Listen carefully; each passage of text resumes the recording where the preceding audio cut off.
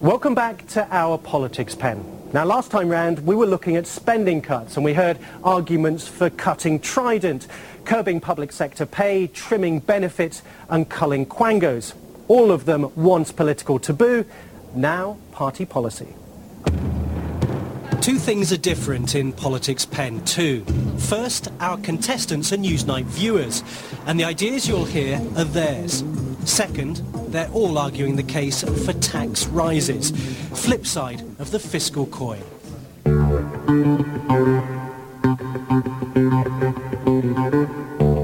In their corner is this man, tax expert Stephen Herring. He's been mentoring them behind the scenes. A quick recap of the format. It's like Dragon's Den, but our advocates are selling economic salvation rather than get-rich schemes. Their mission is to convince these four judges.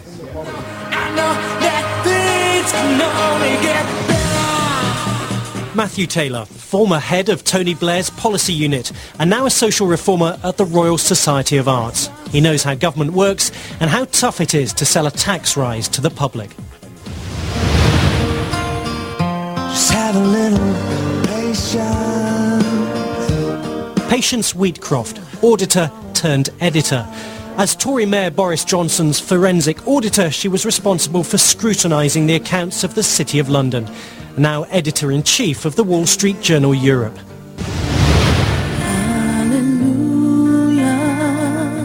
Anne Redston used to be a nun but swapped prayer for figures. Now a professor of tax law at King's College London. She'll deal with the practicalities.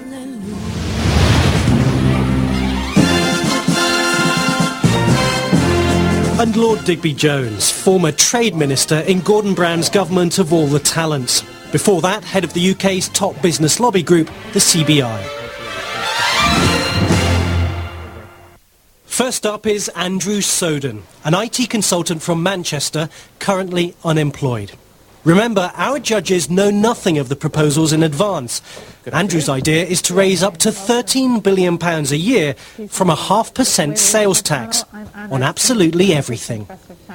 Effectively, it will cut out the black market, because even though you're receiving cash in hand, you've still got to pay tax when you spend your money. Well, it's admirably simple, but maybe I don't fully understand. Are you saying that there are currently goods and services that aren't taxed at all that will now attract the whole VAT rate? Or No, the VAT at the moment is only chargeable on certain items. The sales tax will be so small, it will be charged across everything. You know, if you're selling it for £100, there's 50p tax you have to pay on it. End of story. Looking at this from the point of view of a small business, Yeah. Isn't it going to mean an awful lot more administrative work? No. The hassle of dealing with VAT is such that Customs and Excise allow small businesses to be exempt from it. This sounds like extra work, whichever way you cut it. A whole new raft of bureaucracy to collect 0.5%. Not really. It depends, well, why not? It depends how you classify the raft of bureaucracy. I've run my own business for many years in the past, and the scale of red tape that people talk about isn't there, in my opinion. If you do things Where right... did they put your guide dog when you came in here? This is a tax which will affect the poor more than the rich, isn't it?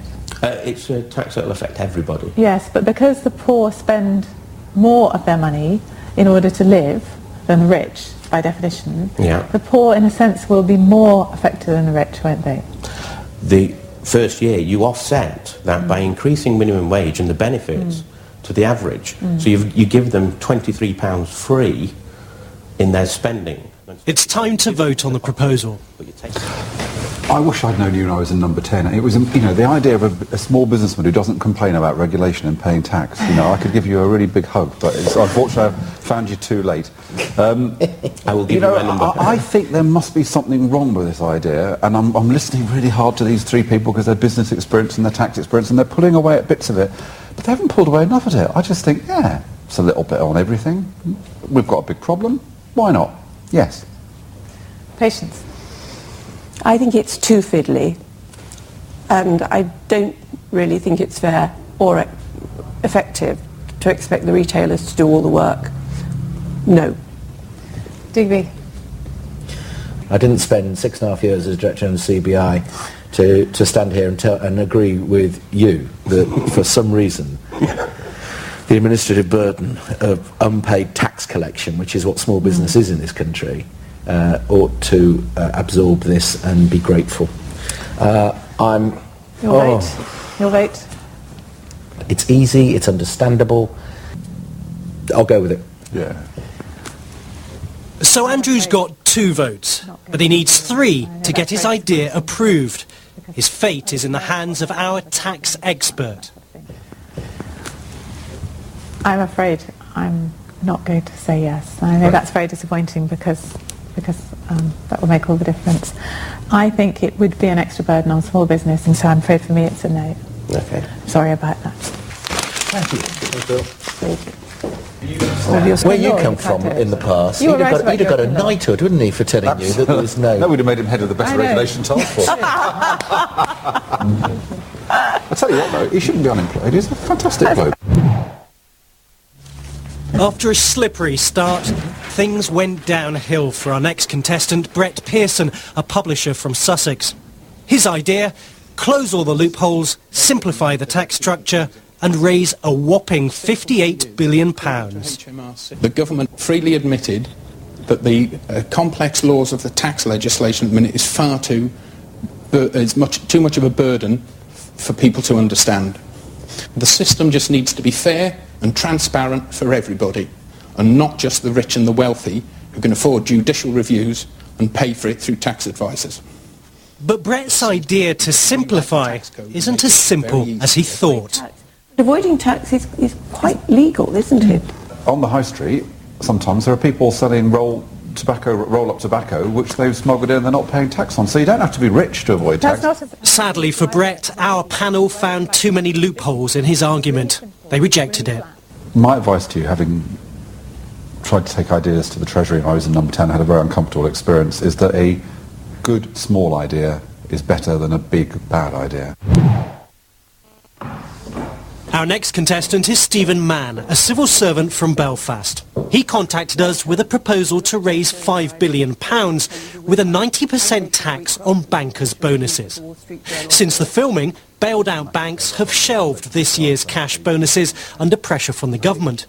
So where did our judges stand on it?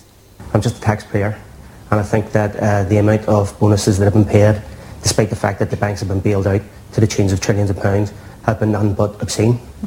I think that if we introduced a stringent measure the way they have in America, where they've actually suggested that they take 90% of their bonuses as a tax take, then the £6 billion bonus that has been reported will be paid out this year to bankers will be something like £5.4 billion for the taxpayer. Coming in here today, it struck me how many shops were boarded up, how many businesses were no longer functioning, how many people have been put out of their work, how many people have lost their houses. All these things seem to be going on, whereas the bankers just seem to think that for them it's business as usual. A straightforward proposition from you then. Matthew, what do you think about this? If you really tax bonuses at 90%, well, they just wouldn't be paid. They'd find other ways of giving people money or benefits. So do you recognise that whilst this might be a good one-day soundbite in terms of what we've asked for, which is measures which are going to raise money to help close the gap, the public spending gap, it's not really going to do much for that, is it? It's a symbolic gesture. They're still getting £500,000 a year, £500,000 a year, which is like a completely incredible figure to a normal person on the street. Digby. Do you think that when John Terry captains a team that constantly loses and picks up £1 million a week, that's acceptable? John Terry doesn't captain the team that constantly loses. Stephen Gerrard does. I can't see the point. Well, I can, because they are hugely paid for delivering failure. So what is the difference in that and a banker? Footballers aren't necessarily paid by the public purse. They're paid by the fans and by sponsorship and by television deals. If you were going to say to me that this was about raising a lot of money from a wealth-created part of society, more so than we are now, and because they're still here because of your and my taxes doing it for them, I would listen. But we're paying if you're going to twice. stand there and tell me that this is about punishment... just let me jump in. In one We're paying moment, twice. in 1 moment. If you're going to say to me that this is about punishment, which is really what you said, Oh, no, it's not then punishment. I have to say you're not really doing it for me. Fairness and punishment is completely different things.